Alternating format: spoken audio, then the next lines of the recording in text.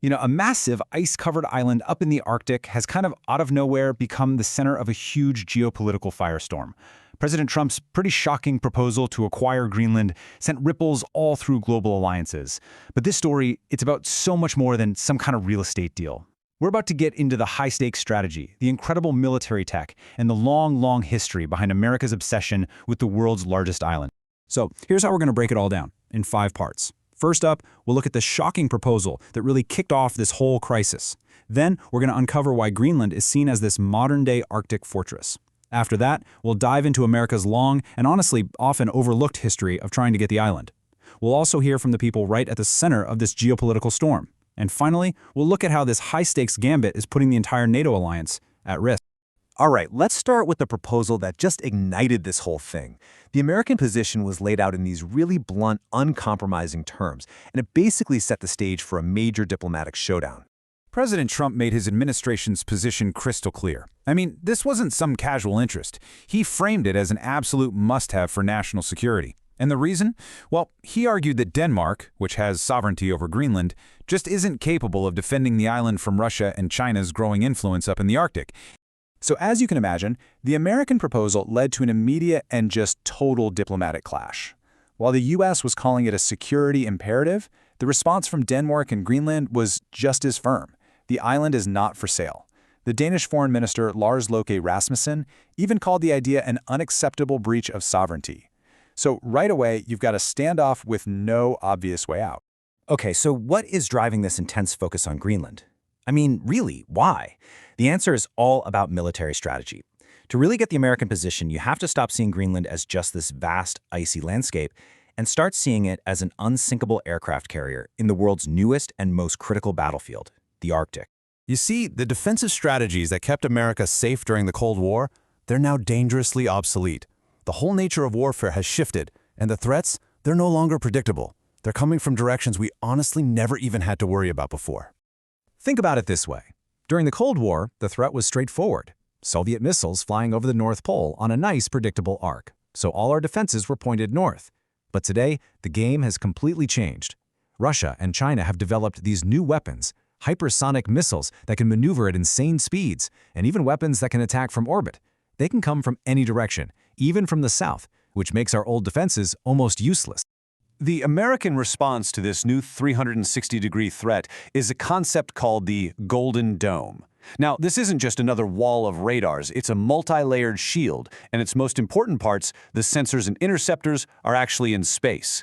But here's the catch. Even a space-based shield needs a secure command center on the ground. And when you look at a map of the world, there is simply no better place for that critical infrastructure than Greenland. And it's not just about missiles either. Climate change is literally turning the Arctic from a frozen wasteland into a strategic waterway. Russia is heavily militarizing its huge Arctic coastline. And then you've got China, calling itself a near-Arctic state, pushing this Polar Silk Road idea. They see a new highway for commerce and for their military. The entire region is heating up, in every sense of the word. Now, this recent push for Greenland might seem like it came out of the blue, but the idea of an American-owned Greenland is anything but new. In fact, it's a recurring theme in American foreign policy that goes back more than 150 years. I mean, check this out. The U.S. first showed interest in Greenland right after buying Alaska in 1867, all driven by this vision of dominating North America. The idea came up again in 1917 during World War I to secure the North Atlantic sea lanes from German U-boats. And then, after World War II, where the U.S. basically acted as Greenland's protector, President Truman made a formal offer to buy it. He saw it as a vital outpost for the new Cold War. Each attempt was driven by the strategic needs of the time. This latest push, it's just the newest and maybe most aggressive chapter in a very long story.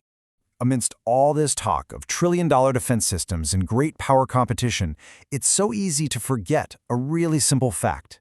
The entire population of this massive, continent-sized island is less than a small city.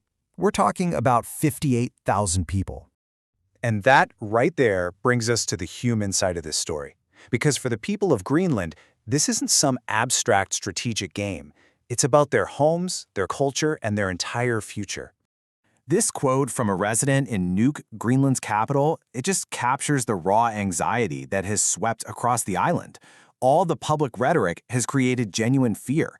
In response, you're seeing Greenland's leaders stress their unity with Denmark because they see it as the safest path forward when another country is openly talking about taking them over. And here's another layer to this whole thing. This isn't a popular idea back in the United States either. A Reuters/Ipsos poll shows that only about 17% of Americans approve of the effort. Almost half disapprove, and a huge chunk of people are just unsure. So it seems like the administration's hardline stance doesn't really have broad public support. So while the proposal might not have a ton of public support, its diplomatic fallout is very, very real. This conflict is about way more than just Washington, Copenhagen, and Nuuk. It's forcing a fundamental reevaluation of one of the most important military alliances in history, NATO. And we're not just talking hypotheticals here. The sources are reporting that the Trump administration has already told its European allies to get ready to take over major parts of NATO's defense planning. That is a clear signal that the U.S. is willing to dramatically reduce its role as Europe's primary security blanket. The standoff over Greenland is really a symptom of this much bigger strategic shift. And this forces a stark, pretty unprecedented question. When it really comes down to it, what's the higher priority for the United States? Getting a strategic piece of land or preserving a 75-year-old alliance? According to the New York Times, when President Trump was confronted with this exact choice, he refused to put NATO first. His acknowledgement that it may be a choice, well, that signaled a potential willingness to sacrifice the alliance for the island, and that position sent absolute shockwaves across Europe. And that leaves us with this final, really provocative question.